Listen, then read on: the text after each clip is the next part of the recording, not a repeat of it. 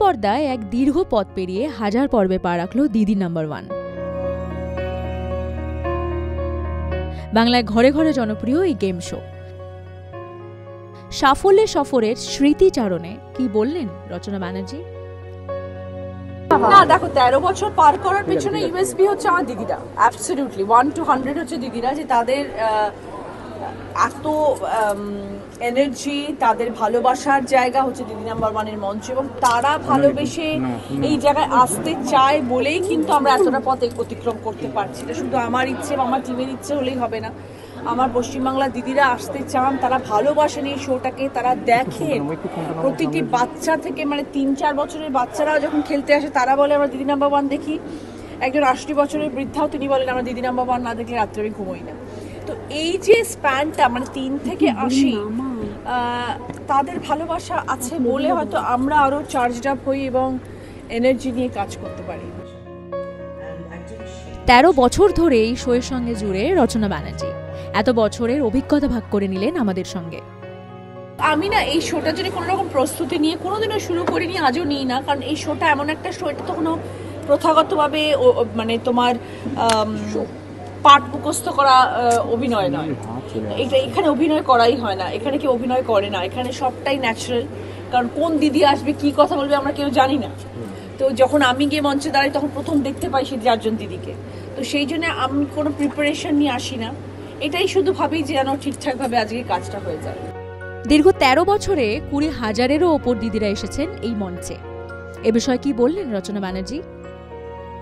আমি হারাইনি তো কিছুই, পেয়েছি অনেক কিছু, অনেক নিজেকে সমৃদ্ধ করতে পেরেছি, অনেক কিছু জীবনে শিখেছি। চিন্তাধারা জীবনের প্রতি পাল্টে গেছে, মানুষের প্রতি চিন্তাধারা পাল্টে গেছে, নিজের জীবনকে অন্যরকম ধারায় নিয়ে চলে যেতে পেরেছি, বিকজ তার জন্য আমার শিক্ষাগুরু হচ্ছেন আমার দিদিরা। রাজনীতিতে আসার পর জীবনে কি কি পরিবর্তন এসেছে এই বিষয়ে জানালেন খোদ দিদি নাম্বার ওয়ান। না দেখো, কিচ্ছু চেঞ্জ হয়নি। আমি রাজনীতিতে এসেছি বলে আমার কোনো জীবনে কিছুই পরিবর্তন হয়নি, বরং একটু কাজের চাপটা বেড়ে গেছে। এটা এইটুকুই পরিবর্তন হয়েছে যে আমার একটু কাজের প্রেশার বেড়ে গেছে, তাছাড়া কোনো রকম পরিবর্তন হয়নি। কারণ আমার বরং সেটা সুবিধা হয়েছে রাজনীতিতে আসার পরে, কারণ মানুষের সাথে জনসংযোগ আমি দিদি নাম্বার ওয়ান থেকে শুরু করেছি। কারণ আমি সাধারণ মানুষের সাথে এখানে মিশি, সাধারণ মানুষের সাথে আমি এখানে কথা বলি, আর সেটাই আমার ইউএসপি হয়ে গেছে আমার সাংসদ হওয়ার পরে এবং সাংসদ হওয়ার আগে যখন আমি প্রচারে যেতাম, যে মানুষের সাথে রিলেট করা, মানুষের সাথে কথা বলা, মানুষের কাছে পৌঁছানো, সেটা আমার কাছে ভীষণ ইজি হয়ে গেছে দিদি নাম্বার ওয়ানের জন্য। দীর্ঘ 15 বছরের জার্নি অত্যন্ত সুখময় জানালেন দিদি নাম্বার ওয়ানের ডিরেক্টর অভিজিৎ সেন। পাশাপাশি তিনি জানান দিদি নাম্বার ওয়ান মানেই দিদি হয়ে ওঠার গল্প। দীর্ঘ 15 বছরের জার্নি খুবই সুখকর এবং ভালো, এবং এই জার্নি দিদি নাম্বার ওয়ানের যে জয়গান, এই জার্নির জন্য বাংলার সকল দিদি তাদেরকে আমরা প্রণাম জানাই। তাদের জন্যই আজকে দিদি নাম্বার ওয়ানের জার্নি 15 বছর ধরে চলছে এবং প্রতিদিন এই অনুষ্ঠানটি হয় এবং আমাদের দৈনন্দিন জীবনে দিদি নাম্বার ওয়ান একটি অঙ্গ হয়ে উঠেছে।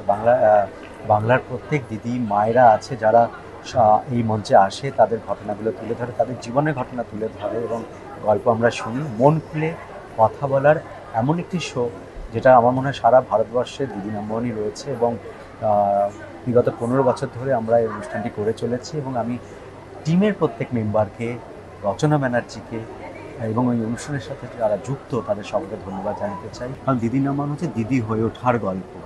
দিদি হয়ে ওঠার গল্পর মধ্যেই আমাদের অনেক মোটিভেশন, ইন্সপিরেশন লুকিয়ে থাকে, সেগুলো আমরা শিখি, জানতে পারি। আমরা উদ্বুদ্ধ হই প্রতিদিন, যে কেউ উদ্বুদ্ধ হতে পারে, এবং এই ঘটনাগুলো, গল্পগুলো এতটাই ভালো এবং মন ভালো করে দেয়, এবং সেই মন ভালো করা গল্প প্রতিদিন বিকেলবেলায় হয় দিদি নাম্বার ওয়ানের মঞ্চে, এবং যেটা আমরা প্রতিদিন টেলিভিশনে দেখে থাকি।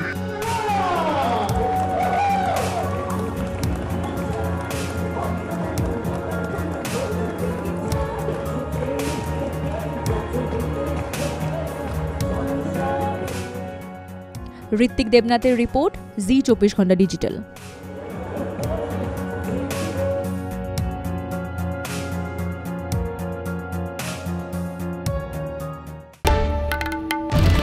বাংলার আওয়াজ, বাঙালির আবেগ, জি 24 ঘন্টা।